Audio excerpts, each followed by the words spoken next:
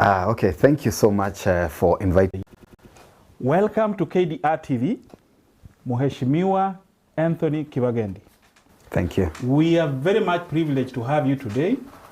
And the Kenyan diaspora, especially from the Kisii or the Western and the Nyanza region, would love to hear from you what you are actually doing on the ground in Kenya. But before that, let's get to know what brings you to the US. Okay, thank you so much for inviting me to this wonderful station. I'm impressed with the infrastructure here, especially because I have followed this show for many years. From when you started, I believe you didn't have all this equipment when you started. So I'm really happy to be here finally. Number two, probably I should tell people my name. I'm Mr. Kibagendi Anthony. I'm the Secretary for Youth Affairs in the Presidency. It's a contract I got after the 2017 elections. My coming to this nation, to this, they call it land of opportunities, was purely to first rebuild old networks of my peers, the people I grew up with, and of course network afresh with new friends. And at the same time, I'm building cells for UDA party and the Deputy President, Dr. William Ruto, that will help us towards the elections in next year. You know, we are in the election year. We are about 10 months to the elections, so we are here to reach out, to seek support of every kind to ensure we actually deliver victory for Dr. William Ruto, and of course, for myself, given that I'm also running for the Kitutu Chache election in 2022. Let me take you a little bit back. I got some information from the ground, especially from Kisii, that you are going for the governor's seat. Why have you decided now to go for the MP seat? Great. Thank you for wishing me luck. But again, you know, I'm a very practical politician, and that is why I'm consistent. I have been running for this seat. This will be my third attempt.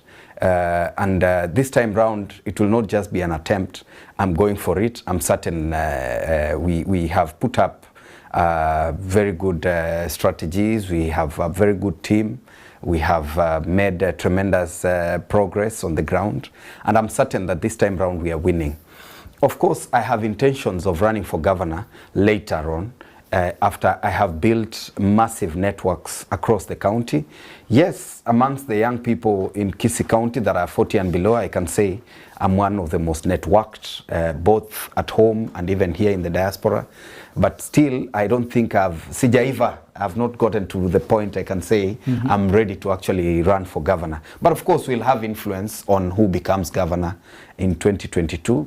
Using the networks we have built, especially networks of young people and women who believe in us. By the way, I forgot to mention that I didn't have the kind of the privilege most young people have had growing up.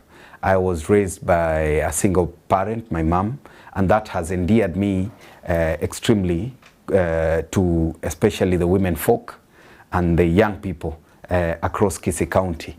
Those are people I know we can advise or guide on what direction they may take in the coming election. Thank you very much, Mr. Kibagendi. Let me also ask you this particular question from especially the diaspora people. You know, most of the time politicians come here, they promise heaven, but they let me not use a bad term, they deliver hell. Let me not use that word. But okay, so there are some politicians actually, like a few weeks ago, let me say 2 months, when they were the UDA brigade were opening a Minnesota chapter, we got a very good information from Brother Kositani Caleb, the MP for Soy. Yeah. He promised that he's actually taking a question to Parliament. That has never happened. You know, let me finish my question. That has never actually happened. But he promised the diaspora that he's going back to tell or to talk to the IBC or to put that question in Parliament. And we saw that question in Parliament. So, Bwana Kibagendi, you as a youth, what are you having in store for the diaspora people? First, I would like to mention about what Honorable Kositanyi is one of the most progressive politicians we have in the country. He speaks his mind. He's very dedicated. And you know, he was the Deputy Secretary General in Jubilee. Despite whatever has happened in Jubilee, he stood his ground. And they are one of the few politicians who are able to actually tell off those who have destroyed that party. In Kenya, when you want to have a debate on a certain issue or question or something in parliament, it has to go through processes. And I'm certain if it hasn't gotten to the floor, it is on the way. And once I step out of this studio, I'll text him and ask him why it hasn't happened. And probably when I get back home, I'll be able to push him and tell him, hey, these people are a critical part of our socioeconomic engagements. We need to have their issues addressed. On the issue of what I have for the diaspora community, yes. I cannot be specific because I'm running for a parliamentary seat. Mm-hmm. But I know the vision Dr. William Ruto has for the diaspora in terms of the levels of engagements he wants to have with the diaspora. You realize then the amount, the remittances that come from the diaspora have been a major boost to in terms of foreign exchange to the country. And the human resource that Kenya has exported to this country and many countries across the world is something that has lifted the weight of our government in terms of numbers of unemployed young people.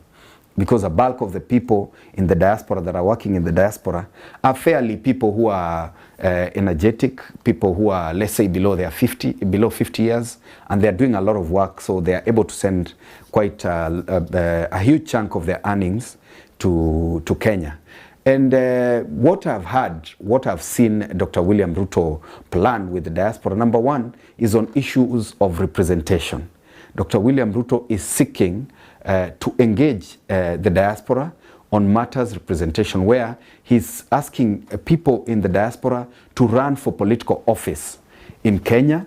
And beyond just running for political office, once you are organized adequately, you can also front some of yourselves to actually the leaders you have here to be nominated as members of parliament or members of county assembly, depending on where you want to engage and influence policy, yeah, and implement certain things that you've learned in this country. That is one. Number two, on the things the Deputy President talks about quite often on the bottom-up approach and job creation. There is something the Jubilee government had intimated, and they had started, but the distractions they got from, of course, the handshake and BBI, the housing project. The housing project is one area that the diaspora was going to play a major role. And that is something he wants to engage the diaspora.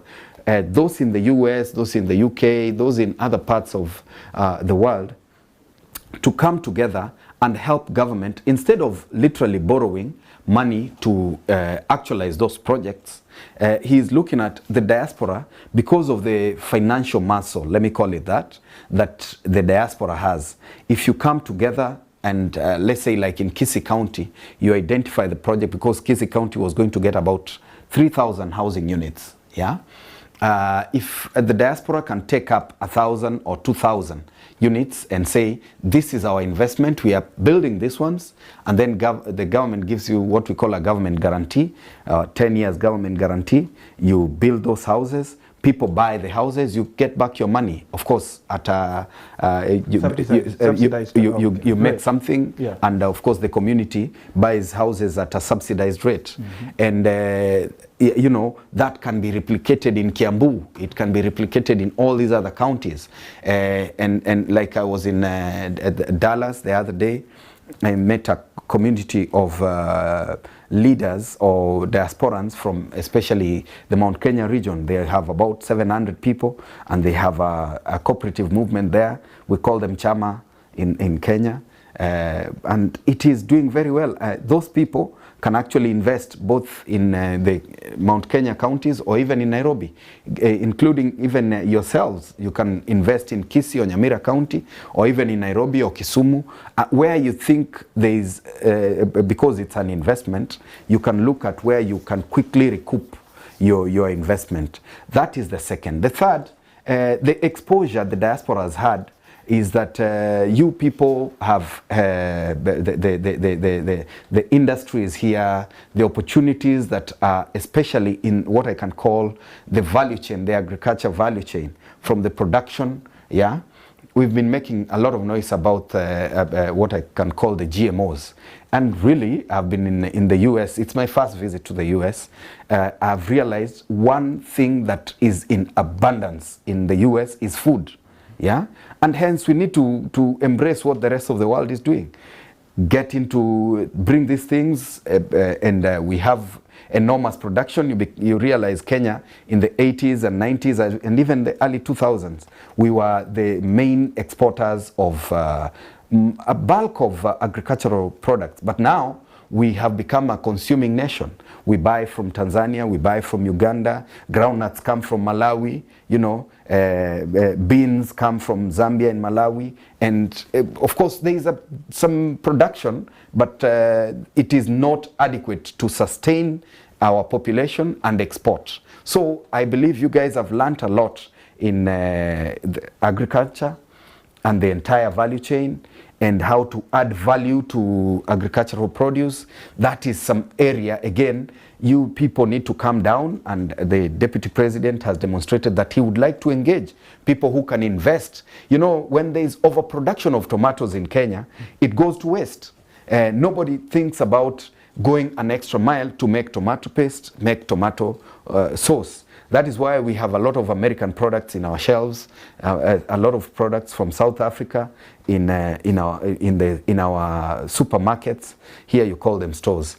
So that is an area again where I know the government of the Deputy President would like to engage the diaspora, because you have the muscle to come and invest, you have the exposure, and probably you have the technology.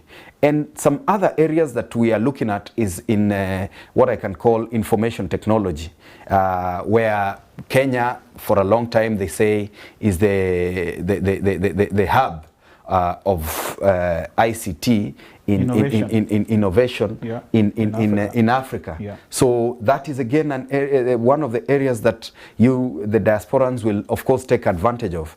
One thing you'll realize about Dr. William Ruto, right now we are already engaging with those in business and those who want to get into business from whatever level. Those are the very basic and those are the very high end, on areas they think government can improve in the way business can be done, because we have a lot of bottlenecks. We have, and that is why we are putting together a team that is reviewing what I can call the regulatory framework, especially in the various industries. You realize an industry like this, this is a whole media house. I've been to media houses in Kenya. Some of them don't have the kind of equipment you have here. But for you to come and set up in Kenya, the number of licenses you will need to establish your business there, and the number of, the kind of regulations that we have can actually turn you off. So what we are doing, we are trying to look at how we can review the regulations to meet the current market demands, so that Kenyans in the diaspora can actually invest in every industry in Kenya. But again, on one area that I'm very particular about, and we are engaging with the Deputy President and of course the technical team, is in the area of sports industry, which is a big industry here in the diaspora, especially in the US. The biggest earners in the US are in sports and the creative industry, yeah? And that is where even your industry comes in. There is no sportsman or artist that can be exposed without the media. Sure. Yeah? And that is an area that I'm looking at, how we can revolutionize the industry, the sports industry, and have as many wanyamas as possible, yeah? Have as many artists as possible, the Nicki Minaj's, the Snoop Dogg's, and all that, so that people who can have enormous influence, gather enough resources so that they are able to invest in various other industries. Thank you very much. Yeah. Thank you very much, Mheshimiwa. Let me, before we actually now jump into the Deputy President's presidential ambitions and what he's actually having in store for the diaspora and blah, blah, blah, let's first of all stick to, I mean, you want to be an MP of Kitutu Chache South constituency. What plans are you having for the residents of Kitutu constituency? Wonderful. You know, I have been running for this seat for the longest time. Sure. My what I can call my early adult age, from when I was 24. Now I'm almost turning 40, and I can tell you, Kitutu Chache South is endowed, is a land that has a lot of opportunities that have not been exploited by the constituents because we have lacked what I can call focused leadership that can guide our people to be able to exploit those opportunities. One is in, you know, we are within the town, yeah? One is in real estate, yeah? A bulk of us are obsessed with building mansions in our small pieces of land, and that has reduced the amount, the acreage of land where we are able to actually build what I can call affordable and good-looking houses for the town residents, or for the workers in Kisii town to actually live in. So that is one of the opportunities. We want to kind of talk to our people and demonstrate to them that real estate is a major income earner, especially for the people who are exiting active work, to put together their resources and be able to get into real estate. But before I get there, I want to come back and talk about what I call the cooperative movement. The cooperative movement is what began building the United States. The cooperative movement is what has built the UK. So first, we want to encourage our people to think like the people in Mount Kenya think. Get into cooperatives. We call them chamas, and have what I can call leaders that have integrity and that are passionate about moving those cooperatives forward. Once we have those cooperatives and people are investing in those circles, they should be able to invest in real estate, either as individuals or as cooperatives. That is one. Number two, we want to encourage our people to go back to agriculture. We want to try and make agriculture more attractive, especially to younger generations. Because we have a challenge with the land acreage, we can now focus on what I call dairy farming. Yeah, like we see in Githunguri, in Kiambu, they have small pieces of land. If you can focus on planting and producing enough feed for the animals, and me, I keep my animals, so that we don't have to, I do the feeds, I do the animals, so I reduce further the size of land that I can invest in. We want to encourage our people to be strategic and practical. We want them to get into serious dairy farming. Like what you see, I know you know Omingo Magara. Yes. In his piece of land in Rongai. It is not a very big piece of land, about 2 acres, and he has almost 200 cows, and he's doing a very good job with his dairy. He produces quite a lot of milk. I see tankers come there to collect milk. That is an area that I want people of Kitutu Chache South to focus on. The other thing I want to do, I want to set up what I call a resource center. The resource center is something that is going to open up opportunities for young people to get exposed. And first is on the creative industry. Matters to do with acting, production of film, production of adverts. We want to be the hub that will be doing adverts for the region. We want to be the hub where people will come and produce their music. We want to set up modern studios for music. Modern studios, you realize in Kisii we are so big on choirs, the SDA choirs, the Catholic choirs, and even the Pentecostal churches. We have serious choirs there, and we have serious artists that need a bit of sculpturing here and there so that we can produce something that is good for the region and at the national level. In Nigeria, the film industry is so big in the regions first. Yeah, they produce films for the specific states, different states, and then there's something that is produced for the national level. So we want to go big on ensuring young people actually take advantage of these opportunities and open up that economy and, be able to earn a living out of that. The other thing we are looking at Kitutu Chache South, we have a problem with water. And it is not rocket science on what should be done so that as many households get water.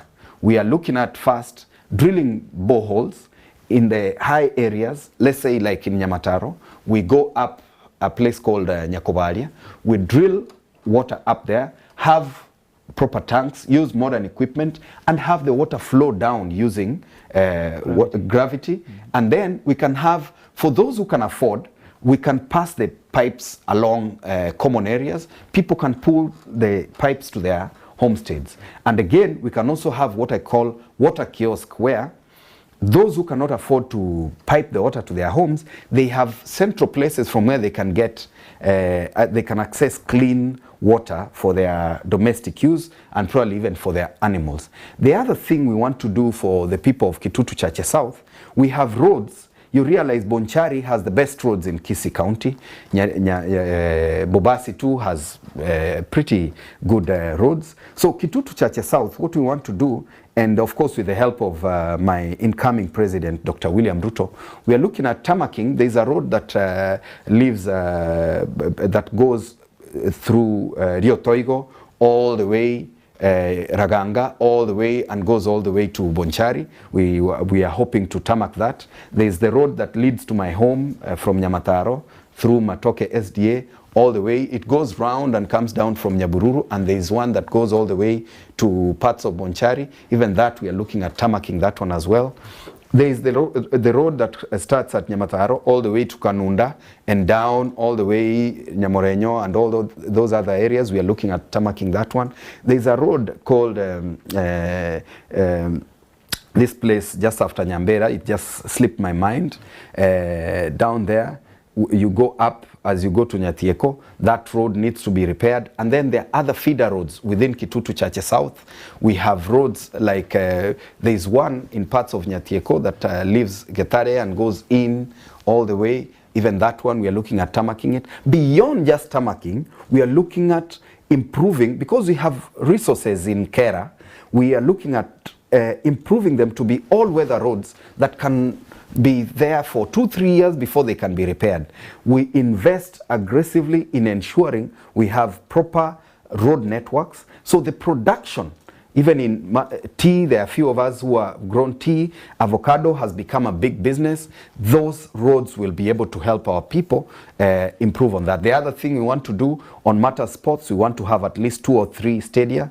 We want to partner even with schools like Cardinal Otunga. It has a wonderful field. We want to, using CDF and partnership with the county government and the national government, improve on that field and have it be a community field. Even if it's a field by this, for the school, we pay something small so that teams from around there can utilize that field. We want to do another one in Nyatieko, another one in Nyabururu, and various other fields that we are looking at improving so that young people can get opportunities. Beyond that, there is something that is critical that most leaders keep ignoring, and that is especially on what I call universal health care.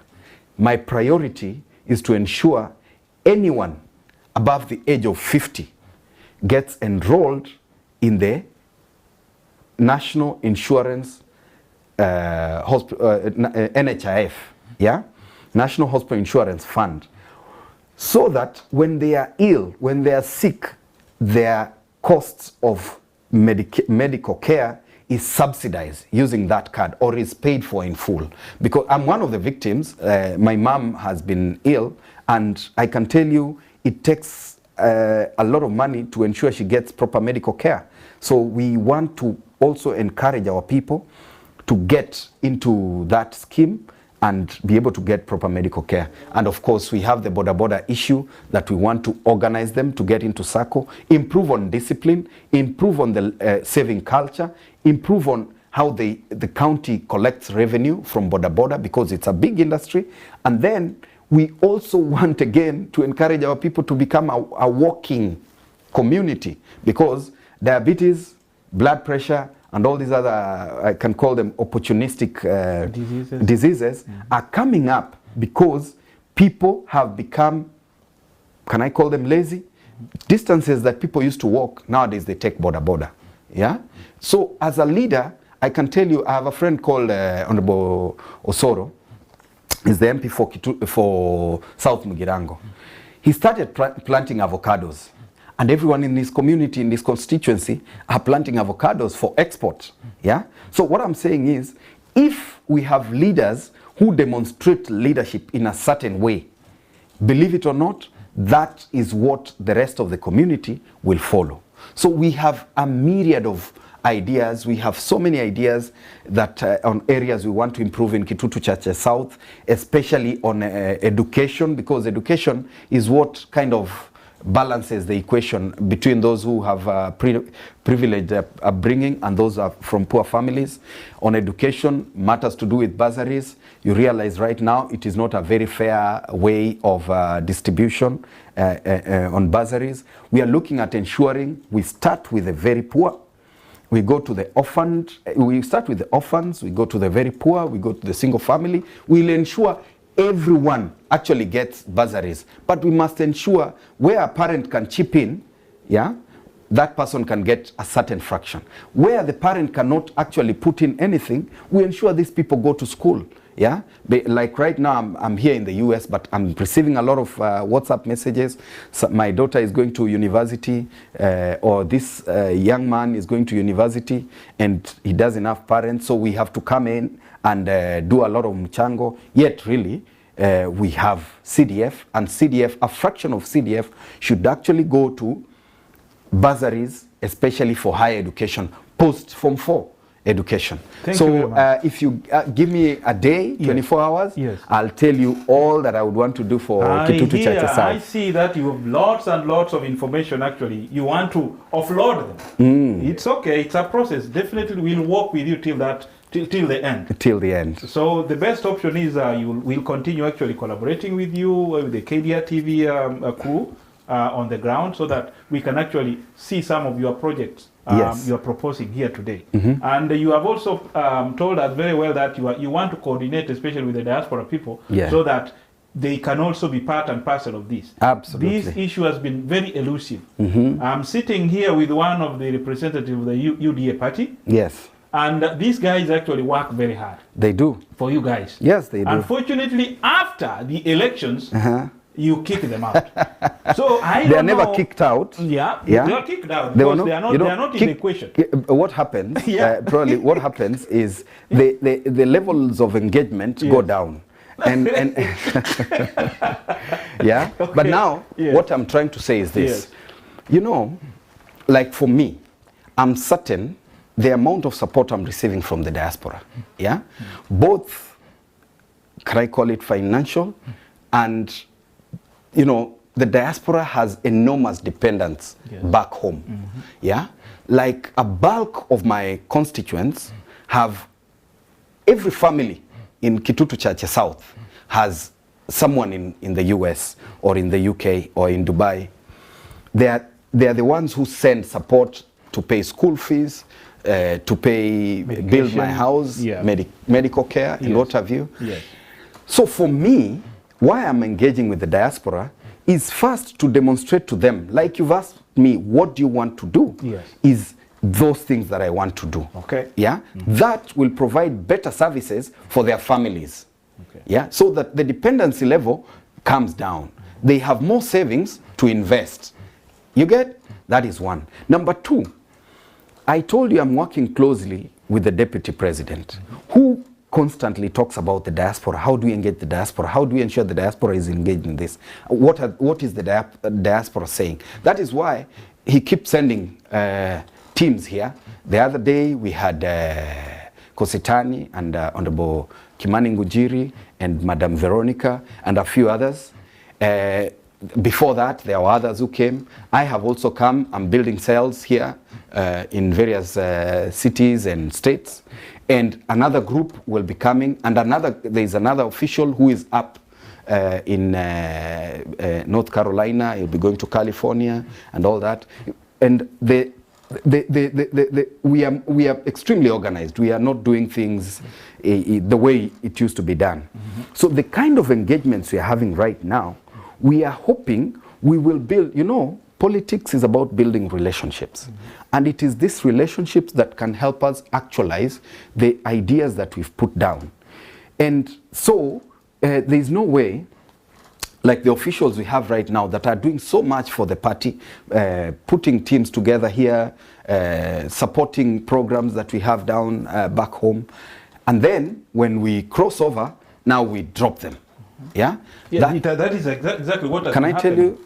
Those people give us who an have assurance. the How sure are we that you are not going actually to people be a who have politician? People who have a sense of entitlement, like they're the ones who must be leaders. It is from their parents to themselves to their children. Just call it dynasty. Don't just call it.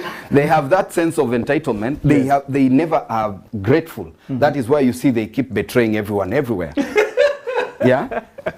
So we are not going to defend anyone, and I'm not actually going to discuss those anybody. Are the people. Those are your own opinions. Those are yes. Those are the people who use and dump people. They use and dump people. They used people. They used Ruto. They dumped. They used the other person. Are you sure Ruto is dumped?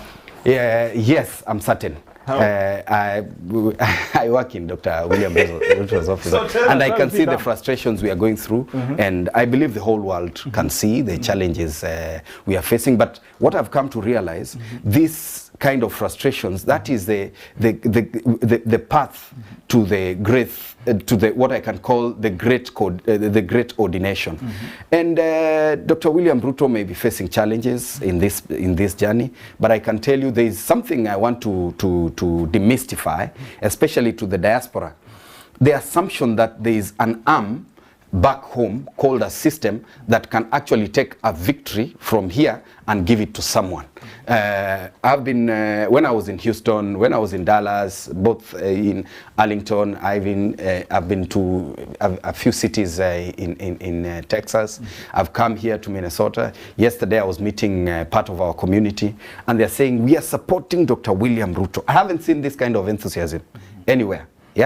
People are really fired up, but they're saying, Dr. William Ruto will win, but the system will take it. How? That is a story. Those are fake stories. It cannot happen. In Kenya... Will they open the server this time? That is another thing. There is someone who has mastered the art of what I can call the Orwellian theory. The Orwellian theory is about you package a lie in a very good way, you tell it repeatedly, so that people believe it to be the truth. There's nothing. A server receives results from the polling station. This time round, the server had been information had already been fed to the server. That is why it was going to be a controversy to actually open it or something like that. So already the information was there, but why were they not open? Why they not by the way, probably I've disclosed more than I should have. But what I can say is this: in Kenya, when you walk into a polling station, there is a booklet. That booklet, they look for the name of Anthony Kibagendi, they cut it off. The next level is to get to the biometric machine. You put in your fingerprint, and it will count that another person has come in here and is Anthony Kibagendi. The next level is to get the ballot paper. After the ballot paper, you put them in the ballot boxes. All these have to tally at the end of the day. And results are announced at the polling stations for God's sake. So if you announce at Nyamataro polling station, Kibagendi has 65 votes. They cannot change when they get to the server. That is one thing. Now, how someone can actually rig you out is by influencing your agent, that is why the agents are very critical. Influencing your agent to sign a wrong form that does not have the actual votes that all the candidates got. But it does happen. It does happen. Thank you. But at the level of presidential, yes, it is very hard. And again, let me ask you, if you rig, let's say, if it is Raila Odinga we are running against, yeah? If they decide to do any manipulation in their area, whoever is running against will manipulate in their area. And probably they have more leverage because they have a bigger constituency or a bigger population. So people should stop being lied to that Dr. William Ruto will win and then they'll not give him. I'm telling you this. Why you're seeing these people, they're becoming so erratic. They're running up and down. They are doing crazy things, slashing our budgets, calling police on his supporters. And even me, after I leave this nation, I don't know what is going to happen to me down there in terms of the position I hold in government. But again, we are at a point now we are about to exit. What I can tell you, William Ruto has become a movement. The Hustler Nation is a juggernaut. They will not be able to stop. That is why they are trying to push the elections. It is not going to happen. Kenyans have what I can call pent-up anger. They have been frustrated in the second term of the Ruto regime because it is the time we got distracted where opportunities were in the housing projects, in manufacturing, in matters health, universal health care, and areas that would have created employment for young people didn't. It is not just young people that are angry. Even our parents are angry because their children have gone to school and they are still their dependents. They ought to have gotten jobs and started supporting their parents.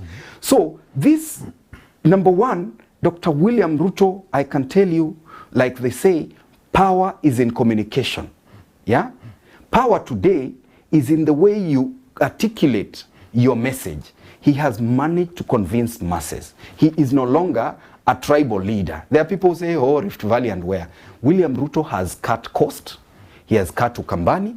He has cut Nyanza, Luo Nyanza. Kisii, he's the majority. Western majority, Coast Province you are doing majority. Your own statistics. Yeah. No, it is not don't my own. We have not done any. We have not done any poll. No, what you do, yes, you do. Yes. I know you run this even up to back home. Yes. You need to do your statistics. Oh sure. Why you see they are trying to coalesce? We've pushed them to the corner. Yeah. Why they are doing that is because they have done the NIS has done opinion polls consistently 3 months. Dr. William Ruto, 53, 51, 53. His closest opponent, 29, 31, 30%. The others are fringe candidates. Putting together their numbers don't add up to even 40%. So that should be able to give you an indicator. But again, they say a day in politics is a long time. Oh, sure. It can turn around. Also. But let me ask you. Yes. You know Dr. William Ruto. Yes. Do you want to tell me he can drop his energy? Dr. William Ruto has assembled a machine in the sense that the brains, the talents we have in our team, I can promise you, no one can match. That is why they have to use the police to harass us. They used all these agencies. The tactics of oppressing the opposition has been there this time round. It has never been like this. That's what I'm trying to tell you. It's not actually. Remember, we are not. Remember, we are not opposition. Yes. We are government. So that is now. That is another question now. Now the government is fighting itself. Yeah. And that is the narrative actually out here that the government is fighting itself. Yes. What is the problem? Why can't you people reorganize and see what needs to be done? You are talking. Now you are blaming as our MPs actually told us here the other time is that the bus driver is the problem. Okay. Yes, the conductor is not having a problem. You know, sometimes in life, when a father, there are fathers who step out there. They have the first wife. Yes. They bring in a second wife, and they manage them. They ensure they are at peace. Yes. Everybody gets bread. And, you know, everyone is at peace and they get what they deserve. Sure. There is a father who goes out there, gets a mpango wa kando, and then they get totally distracted. They forget about the first family. And then that second family now inaweka fitina, and you find the father literally frustrating the first family. That is what we are experiencing. And we are hoping at an opportune time, because the deputy president respects his boss a lot, they'll be able to sit and talk. But I can tell you, as it stands, it is not that I've ever told my boss, can you tell me, are you still friends with the president? No. We are human beings, and we can read the memo, the unwritten memo on what is happening. But again, like I said, even gold goes through the furnace before it can actually be refined. Thank you very much, Bwana Kibagendi. Yeah. Our closing shot. What do you now tell the diaspora specifically right now in order to support your candidate? The firimbi or the whistle has not been blown, but you are actually full throttle campaigning. So what do you tell people in diaspora, and especially the people of UDA, the leadership of the UDA in the diaspora? Great. Whom you have actually come to see. What do you tell them? And the others who have not actually crossed the fence, because there are so many others out there. Those who haven't crossed the fence. We can tell you for sure that there are so many others who have not also crossed the fence. Yes. But you tell them, I know, you have, that is your camera, address the diaspora, please. Great. First, I would like to truly appreciate the teams that have put themselves together and are volunteering to support Dr. William Ruto and the UDA political party that has swept across the Kenyan borders and is doing pretty well to ensure we actually get to form government. The diaspora group is an important appendage of our strategy, and they are a critical part of our movement. They have enormous influence back home, both financial and social, and that is why we want to walk the journey with them. So I'd like to encourage them to continue supporting us, and when they come to Kenya, because we have arrangements, we'll be able to bring them on board, their ideas that they have, so that we can feed into the larger manifesto that we have put together. Beyond that, I would like to encourage those who are sitting on the fence to come down and use the gate, get into the team. UDA is a very attractive party and is a party of all ages. You realize we have people who are in their even 80s who are supporting the deputy president, people who have experience, who are helping us put together the economic blueprint for the nation. We have done for regions, now we are working on the national blueprint, and we have professionals who've been there, who've retired, who are helping us work on it, and young ones who are feeding what I can call the modernity into that particular package, and it has to come especially from those who are exposed here in the diaspora. So I encourage everyone to join this train, get out of the sinking ships, get into this modern electric train. We move fast, we transform our country, we make our country better, and we live together happily. And finally, of course, this is to our community, both here and back home. I'm encouraging us to live together in unity, irrespective of the political divide that you belong in. Let us work together, respect each other, and support each other. I like what I've seen in the states I've visited and the cities I've visited. There is enormous excitement around our communities, and let us continue working together. Of course, finally, I would say to the people of Kitutu Chache South, tuko pamoja, and we are going to work together. And to the Hustler Nation, we are together. Let us keep pushing, let us keep organizing, let us keep mobilizing. We are going to succeed in this journey. Don't be distracted by the things these people are trying to do to both the boss and our movement. That can only happen to the strong ones. So may God bless Kenya, may God bless all of us, and may God bless the wonderful people in the diaspora. Thank you. Thank you very much, viewers. It's been a great opportunity for us to speak with the youth, Bwana Anthony Kibagendi, who is vying the Kitutu South constituency seat in the coming general election. I mean, let's call it the forthcoming general election.